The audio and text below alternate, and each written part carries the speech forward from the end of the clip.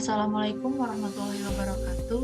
Yang terhormat Bapak Ahmad Ridho Fahrizal Seiri, SEMAK, sebagai dosen pengampu mata kuliah Akuntansi Keuangan Bu. Perkenalkan, kami dari kelompok 204 Sake 008 dengan anggota Diana Rolita, Vidini Nasabila Putri, dan Giza Fatimah. Di sini kami akan mempresentasikan tentang pasar modal di Indonesia. Terima kasih. Assalamualaikum warahmatullahi wabarakatuh. Saya Diana Rolita dari kelompok 2. Di sini kita akan membahas mengenai sekolah pasar modal level 1. Ada 4 bab yang akan dibahas di sini. Yang pertama, investasi di pasar modal, efek dan mekanisme perdagangan saham, struktur pasar modal di Indonesia, dan terakhir acuan kepengurusan sekuritas atau akses. Pertama, mengapa perlu investasi? Sebelumnya kita harus tahu apa itu inflasi. Inflasi adalah suatu proses meningkatnya harga-harga secara umum dan terus-menerus atau kontinu. Atau dengan kata lain merupakan proses menurunnya nilai uang secara terus-menerus. Bisa dilihat dari grafik tersebut menunjukkan bahwa semakin tinggi tingkat inflasi, maka uang yang kita punya atau yang kita simpan itu nilainya semakin turun, powernya menurun. Contohnya, uang yang kita punya dulu 100.000, jadi kita punya uang 100.000 bisa buat mencukupi kebutuhan selama 1 minggu misalnya. Kalau sekarang dengan tingkat inflasi yang meningkat, itu 100.000 cuma cukup untuk mencukupi kebutuhan selama 3 hari tok gitu misalnya. Jadi semakin tinggi tingkat inflasi, semakin rendah power atau nilai dari uang yang kita punya tersebut. Selanjutnya, apa itu investasi? Investasi adalah mengelola aset atau harta sehingga aset tersebut dapat memberikan hasil di kemudian hari. Investasi di pasar modal adalah dengan membeli efek untuk memperoleh keuntungan berupa capital gain dan dividen. Apa capital gain dan dividen itu? Capital gain adalah selisih harga beli dan harga jual efek. Misalnya kita beli dengan harga 1.000, lalu kita jual dengan harga 2.000. Terdapat selisih di situ, yaitu selisih 1.000. 1.000 itu yang dinamakan capital gain. Kalau dividen adalah pembagian keuntungan dari perusahaan kepada pemegang saham atau investor. Investasi saham, aset sama dengan saham, keuntungan sama dengan capital gain dan dividen. Selanjutnya, perbedaan menabung dan investasi. Ada 4 faktor yang membedakan antara menabung dan investasi. Yang pertama dari tujuan. Tujuan investasi yaitu memperoleh untung. Di sini jelas bahwa tujuan kita investasi yaitu supaya uang yang kita punya semakin meningkat, semakin banyak atau semakin besar. Kalau menabung itu tujuannya adalah menyimpan uang kita punya, nilainya tetap. Potensi resiko. Untuk investasi tentu ada resikonya karena kita membeli bisnis selalu ada resiko. Kalau menabung relatif tidak ada resiko. Jenis transaksi investasi jual beli, kalau menabung simpan pinjam. Tempat transaksi untuk investasi itu di pasar modal, kalau menabung itu di perbankan. Selanjutnya, menabung atau investasi. Di sini dapat dilihat dari tahun ke tahun. Untuk saham itu nilainya sangat fluktuatif atau kadang naik kadang turun. Kalau untuk tabungan, deposito dan obligasi negara itu relatif stabil. Selanjutnya, apa itu pasar modal? Yaitu mempertemukan pihak yang membutuhkan dana jangka panjang dengan pihak yang membutuhkan sarana investasi pada produk keuangan seperti saham, obligasi, reksadana, dan lain-lain.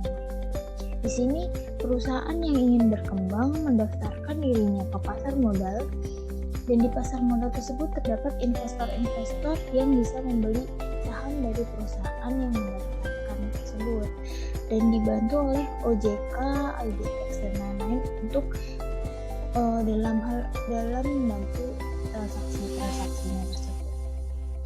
Selanjutnya, manfaat keberadaan pasar modal.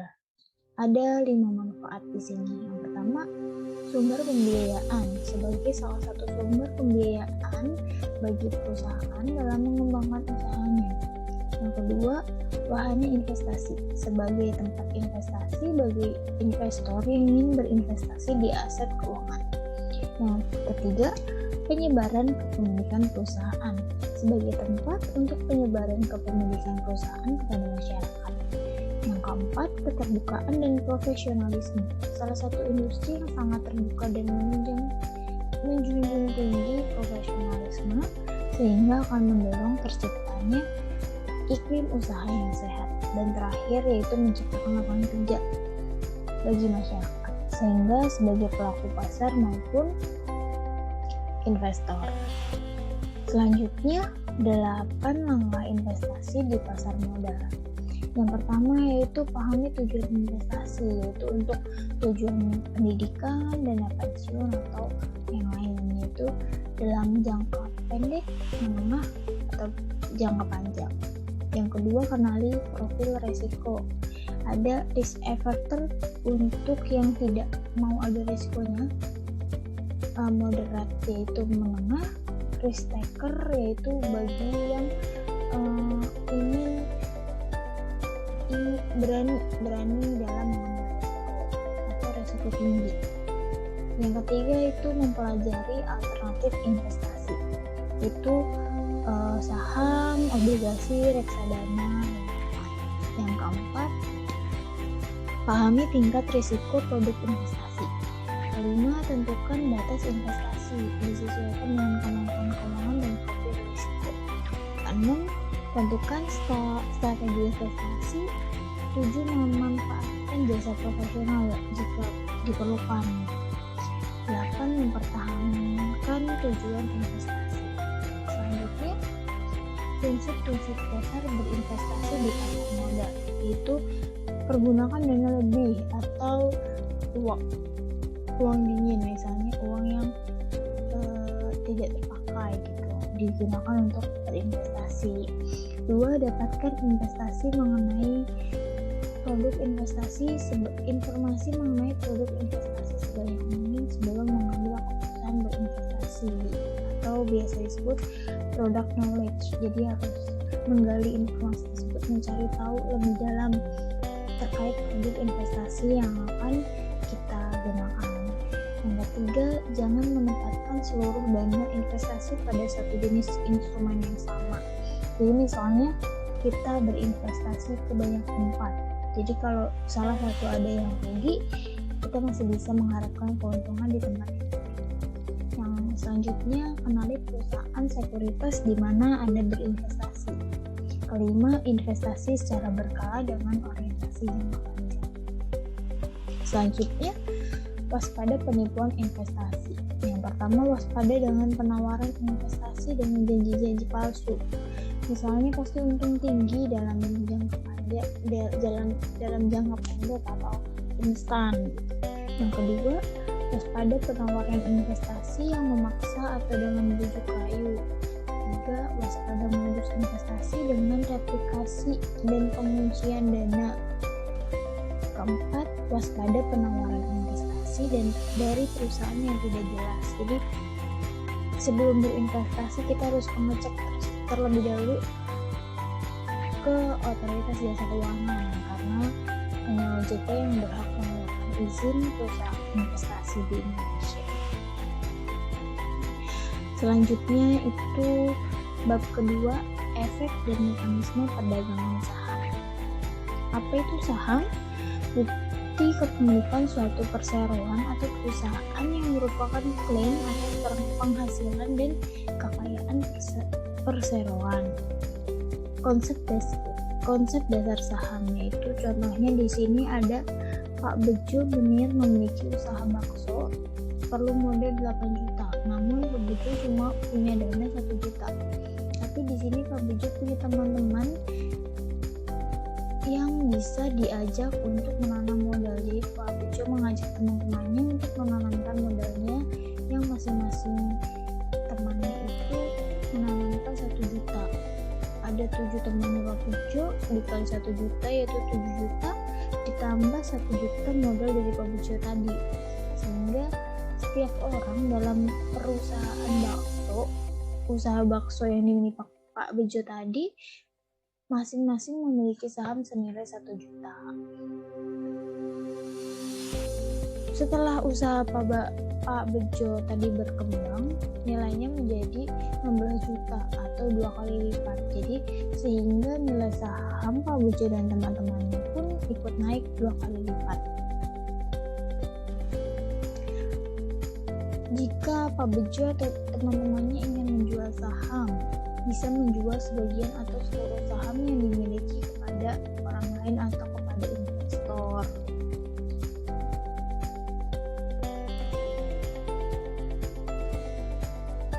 Baik, terima kasih Dia Nuralita. Selanjutnya saya akan menjelaskan mengapa sih investasi saham itu?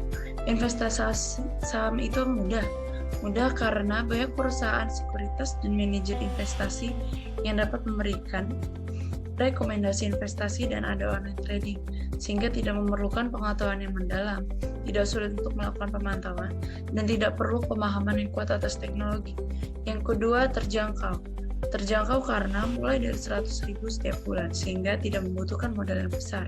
Yang ketiga yaitu menguntungkan, karena investasi secara berkala dengan orientasi jangka panjang, sehingga investasi di pasar bukan modal judi, tidak memiliki risiko yang tinggi.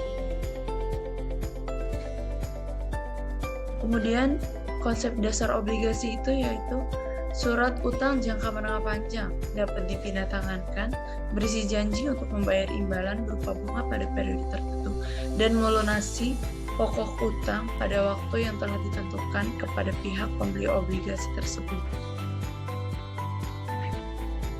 Konsep dasar reksadana. Reksadana adalah sarana untuk menghimpun dana dari masyarakat yang memiliki modal sebagai unit penyertaan untuk diinvestasikan dalam berbagai saham atau instrumen investasi lainnya oleh manajer investasi. Nilai dari pengelolaan dana tersebut dibukukan dalam nilai ekuival bersih atau NAB reksadana. NAB inilah yang digunakan sebagai indikator harga suatu reksadana. Semakin meningkat NAB per unit penyertaan suatu reksadana, maka semakin tinggi pula keuntungan. Kemudian indeks saham, instrumen yang digunakan sebagai indikator dari pergerakan harga dan kinerja saham atau sekumpulan saham. Dapat berbentuk indeks saham individu maupun indeks sekumpulan saham atau sektoral maupun non-sektoral. Kemudian metodologi perhitungan indeks saham, yaitu perhitungannya adalah IHSG sama dengan nilai pasar dibagi nilai dasar dikali 100. Nilai pasar adalah kumulatif dari perkalian harga saham dengan jumlah saham tercatat. Nilai dasar adalah kumulatif dari perkalian harga saham dengan jumlah saham tercatat pada hari dasar. Yang ketiga yaitu struktur pasar modal di Indonesia. Struktur pasar modal. Struktur pasar modal. Ada LPS, Bank Indonesia, Dewan Komisaris OJK, dan Kementerian Keuangan, dibawahi oleh Otoritas Jasa Keuangan Bidang Pengawasan Pasar Modal, KPEI, Clearing Penjaminan Efek Indonesia, BEI, Bursa Efek Indonesia, KSEI, Kustodian Sentral Efek Indonesia. Kemudian dibawahi lagi perusahaan efek. Perusahaan efek ini menjamin emisi manajer investasi perantara pedagang efek. Kemudian ada lembaga penunjang, kustodi dan badan administrasi efek wali amanat pemeringkat efek penilaian harga perlindungan dana pemodal atau BAPMI. Kemudian ada profesi penunjang, akuntan konsultan hukum, penilaian efek dan notaris. Kemudian emiten, ada perusahaan publik dan reksadana. Kemudian pemodal, ada institusi dan retail. OJK, Otoritas Jasa Keuangan. Tugas OJK itu apa saja sih? Yaitu adalah melakukan pengaturan dan pengawasan terhadap kegiatan jasa keuangan di sektor perbankan, sektor pasar modal, dan sektor industri keuangan non-bank atau IKNB. Kemudian tujuan pendiriannya OJK yaitu OJK dibentuk dengan tujuan agar keseluruhan kegiatan di dalam sektor jasa keuangan terselenggara secara teratur, adil, transparan, dan akuntabel, mampu mewujudkan sistem keuangan yang tumbuh secara berkelanjutan dan stabil, dan mampu melindungi kepentingan konsumen dan masyarakat. Bursa Efek Indonesia (BEI). Tujuan pendiriannya yaitu menyelenggarakan perdagangan efek di pasar modal Indonesia yang teratur, wajar, dan efisien. Pemegang saham BEI adalah perusahaan efek yang telah memperoleh izin usaha sebagai perantara pedagang efek, disebut sebagai anggota bursa atau AGA. BEI secara resmi didirikan pada tanggal 13 Juli 1992. BEI adalah salah satunya penyelenggara perdagangan efek di Indonesia. BEI wajib menetapkan peraturan mengenai keanggotaan, pencatatan, dan perdagangan. BEI wajib mempunyai satuan pemeriksa yang bertugas menjalankan pemeriksaan berkala atau pemeriksaan sewaktu-waktu terhadap anggota serta terhadap kegiatan bursa efek. BEI bekerja sama dengan DSN, MUI, dan mengembangkan sistem syariah di pasar modal Indonesia. Lembaga Penyimpanan dan Penyelesaian (LPP).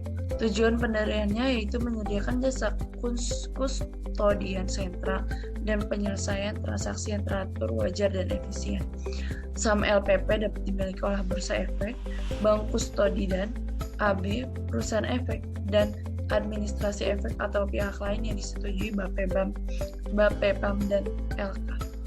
Kemudian dikelola oleh PT Kustodi dan Sentral Efek Indonesia (KSEI) yang didirikan pada tanggal 9 Januari 1998. Lembaga Clearing dan Penjaminan (LKP). Pertama, tujuan pendirian menyediakan jasa clearing dan penjaminan penyelesaian transaksi bursa efek yang teratur, wajar, dan efisien. Kedua, mayoritas saham lembaga clearing dan penjaminan wajib dimiliki oleh bursa efek. Ketiga, dikelola oleh PT Clearing Penjaminan Efek Indonesia yang didirikan pada tanggal 5 Agustus 1996. Selanjutnya, Securities Investor Protection Fund. Pertama, dana perlindungan pemodal adalah kumpulan dana yang dibentuk untuk melindungi pemodal dari hilangnya aset pemodal.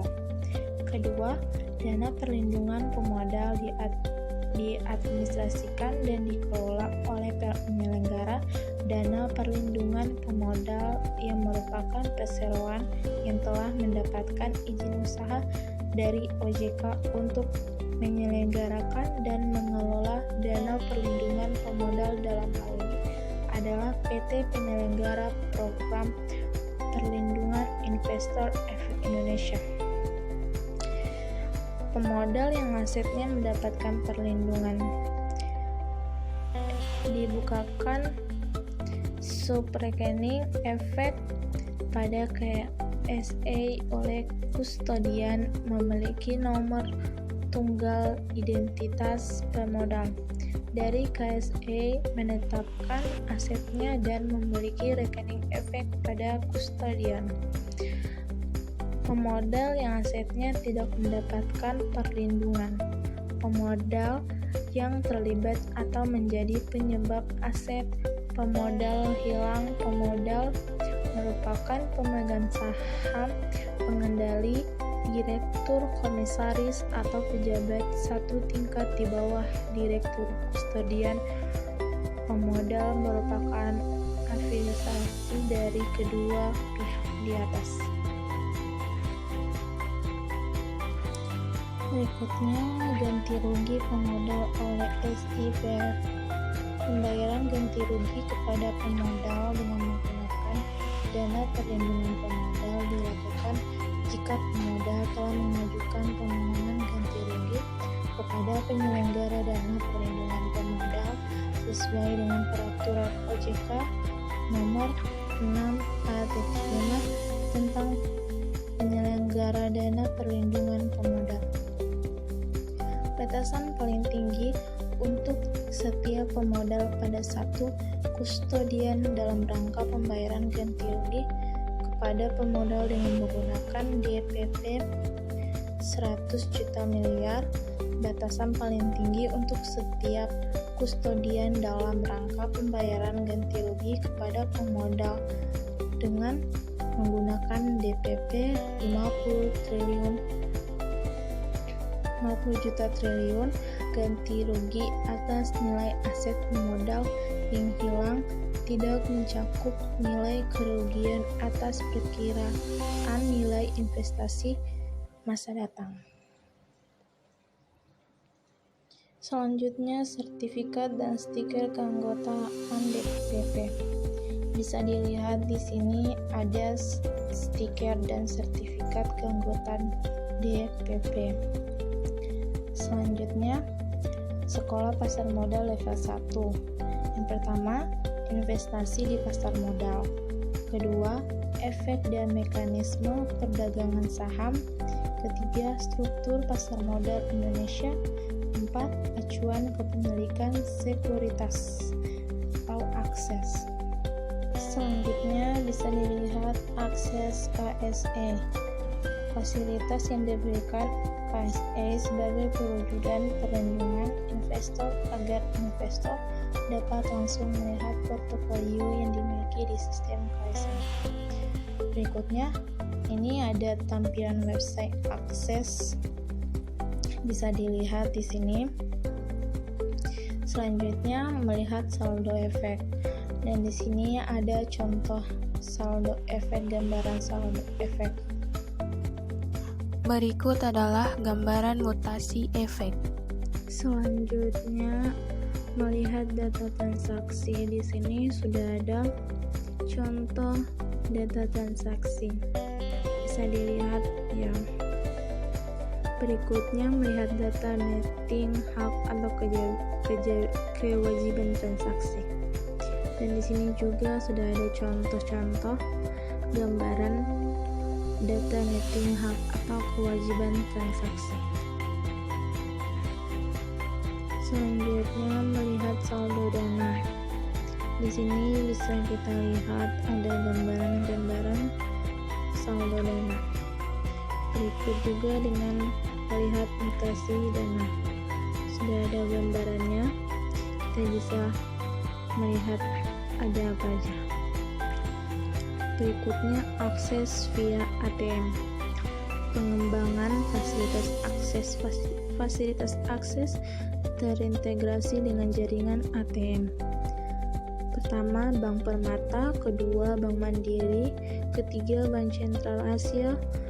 Keempat, Bank CIM Niaga.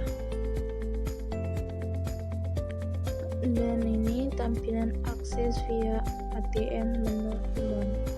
Ada registrasi akses KSE, informasi saldo efek, informasi saldo RDN, dan penarikan dana. Berikutnya, rekening dana nasabah. Rekening dana nasabah adalah rekening atas nama nasabah yang disimpan di bank yang terpisah dari rekening perusahaan efek. Berikutnya, bank administrasi RDN. Kerjasama KSE dengan bank administrator RDN, yaitu Bank BCA, Bank CIMB Niaga, Bank Mandiri, Bank Permata, Bank BRI, Bank BNI, Bank Sinamas, Bank BCA Syariah, Bank Syariah Mandiri. Dan ini sudah ada gambaran-gambarannya, bisa dilihat apa aja yang ada. Baik, terima kasih atas perhatiannya. Mohon maaf bila ada kekurangan dan kesalahan. Saya Fidini Nasabila Putri. Wassalamualaikum warahmatullahi wabarakatuh.